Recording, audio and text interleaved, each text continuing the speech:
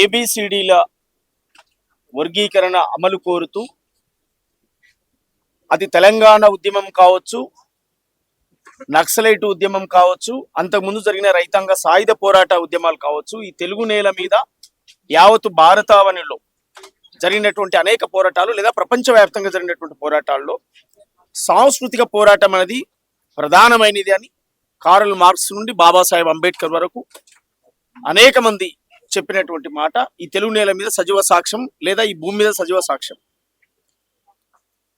అందువల్ల ఏ ప్రచార సాధనాలు లేనటువంటి రోజుల్లోనే పల్లె నుంచి ఇంకో పల్లెకు వార్తలు ప్రచారాన్ని చేరవేసినటువంటి జాతిగా, డప్పును వాయిద్యంగా మలుసుకొని సమాజాన్ని మేలుకొల్పినటువంటి జాతిగా ఒక మాదిగ కమ్యూనిటీ, దాంతో పాటు ఇంకా అనేక ఉపకులాలు లేదా బీసీలో ఉన్నటువంటి ఉపకులాలు, సంచార జాతులు ఉన్నటువంటి వాళ్ళు, వివిధ సంస్కృతి సాంప్రదాయాలు ఎవరి కులానికి ఉండేటువంటి వరకు ఉన్నాయి.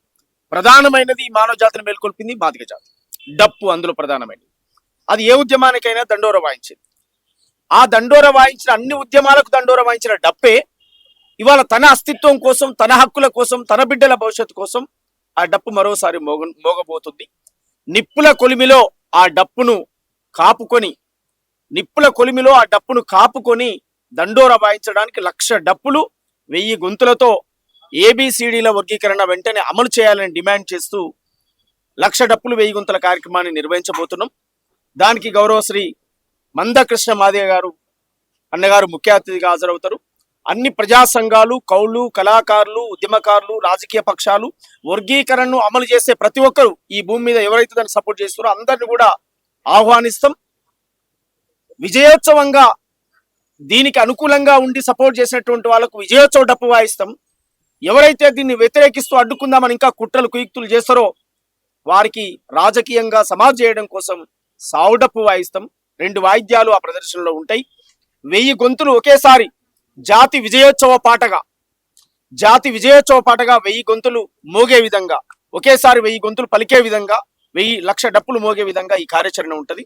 ఏ జిల్లాల్లో ఆ జిల్లాలకు, ఉమ్మడి జిల్లాలన్నీ కూడా దాదాపు 50 మండలాలున్నా 60 మండలాలున్నా కూడా అన్ని మండలాలు, గ్రామ పల్లెలు తిరుక్కుంటూ ఏ జిల్లాకు ఆ జిల్లా కోఆర్డినేషన్ టీమ్గా ఏర్పడి అన్ని జిల్లాల్లో రథయాత్రలు ఏర్పాటు చేసుకొని డిసెంబరు 27 నుంచి మొదలై జనవరి 27 వరకు కంటిన్యూషన్ గా ఈ కార్యక్రమాలు కొనసాగుతాయి. తెలంగాణ ప్రతి పల్లెల్లో కొనసాగి చివరిగా జనవరి 27కు హైదరాబాద్కు చేరుకొని ఈ కార్యక్రమం లక్ష్యం దిశగా సాగేటువంటి కార్యక్రమం. ప్రత్యేక తెలంగాణ ఉద్యమంలో మా పాత్ర ఉంది.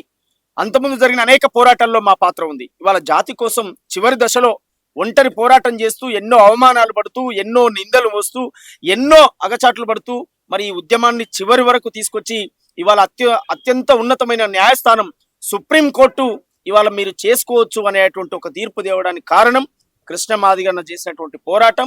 ఆయన ఆకలి, కన్నీళ్లు, కష్టాలు, అవమానాలు ఎన్నో దిగమింగి ఇవాళ నిలబెట్టినటువంటి చరిత్ర ఉంది. దాన్ని చివరి దశలో మేము కళాకారులుగా ఈ కుటుంబంలో పుట్టి, ఇంట్లో పుట్టి, మేము కనీసం మా బాధ్యతను కూడా మేము చేయకపోతే చరిత్ర మమ్మల్ని క్షమించదు. మాదిగా ఇంటిలో పుట్టి, ఉపకులాల్లో ఇంట్లో పుట్టినటువంటి ఏ కళాకారుడైనా, కవైనా ఈ ఉద్యమంలో పాల్గొని ఈ సభను పెద్ద ఎత్తున విజయవంతం చేయడం కోసం మీరందరూ కదిలి రావాలని చెప్పి మీ ద్వారా పిలుపునిస్తా ఉన్నాం. ప్రభుత్వం, గౌరవ ముఖ్యమంత్రి రేవంత్ రెడ్డి గారు అందరికంటే ముందే అసెంబ్లీలో మొట్టమొదలు మాట్లాడి స్వాగతించి ఈ దేశంలో నేనే మొట్టమొదలు అమలు చేసే ముఖ్యమంత్రిగా ఉంటానని కూడా వారు చెప్పడం జరిగింది. ఆ మాటను వారు కూడా నిలబెట్టుకొని అనేక ఏండ్ల నుంచి 30 ఏండ్లు ఒక తరానికి సంబంధించినటువంటి ఒక తరానికి తరమే ఆగిపోయినటువంటి చరిత్ర ఉంది. అన్యాయానికి గురైనటువంటి జాతి కనుక దాన్ని తక్షణమే గౌరవించి రేవంత్ రెడ్డి గారు ఆ మాట నిలబెట్టుకోవాలని చెప్పి కూడా మేము కళాకారుల తరఫున వారికి విజ్ఞప్తి చేస్తాము. ఒక మాట మరి ప్రజల మాటే మీ నోట పలికారు ఇందాక మందకృష్ణ అన్న కూడా. ఏమన్నారంటే తెలంగాణ తల్లి విషయం రేవంత్ రెడ్డి గారు చేసిన ఆ మాటల పైన కావచ్చు, ఇప్పుడున్న తెలంగాణ తల్లిని పోలుస్తూ మళ్ళీ గత ప్రభుత్వంలో ఉన్న మాటలు కవిత గారు మాట్లాడారు కాబట్టి ఈ రోజు ప్రజలు అడుగుతుంది కూడా అదే కాబట్టి కళాకారులుగా అన్న మాట్లాడారు. మరి తెలంగాణ తల్లి ఎలా ఉంటే బాగుంటుంది అనుకుంటున్నారు అంటే ఈ మాట మిమ్మల్ని ఎందుకు అడుగుతున్నామంటే అన్న, కళాకారులు తెలంగాణ రాష్ట్రంలో ముఖ్య పాత్ర పోషిస్తున్నారు. మరి వాళ్ళకంటూ కొన్ని ఉంటాయి కదన్నా, మీరు చెప్తే బాగుంటుంది.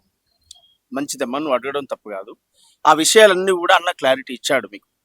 ఇవాళ కాదు, అసలు తెలంగాణ తల్లి ఎవరు ఏంటి అనేది గతంలోనే ఒక పుస్తక రూపంలో రాసి, ఏ తెలంగాణ వచ్చినా మా బడుగులకు ఒరిగేదేం లేదు, సామాజిక న్యాయానికి కట్టుబడి ఉన్న తెలంగాణ, సామాజిక తెలంగాణ కావాలని చెప్పి తెలంగాణ ఉద్యమం ఉవ్వెత్తున ఎగిసే కాలంలోనే ఒక తీర్మానాన్ని ప్రవేశపెట్టి, ఒక పుస్తకాన్ని రాసి, ఒక బుక్లెట్ రూపంలో ఈ జాతికి యావత్ తెలంగాణ సమాజానికి చెప్పినటువంటి సందర్భం మీకు తెలుసు, అది నాకు తెలుసు. అందువల్ల ఆ విషయాలన్నీ అన్నగారు మాట్లాడతారు.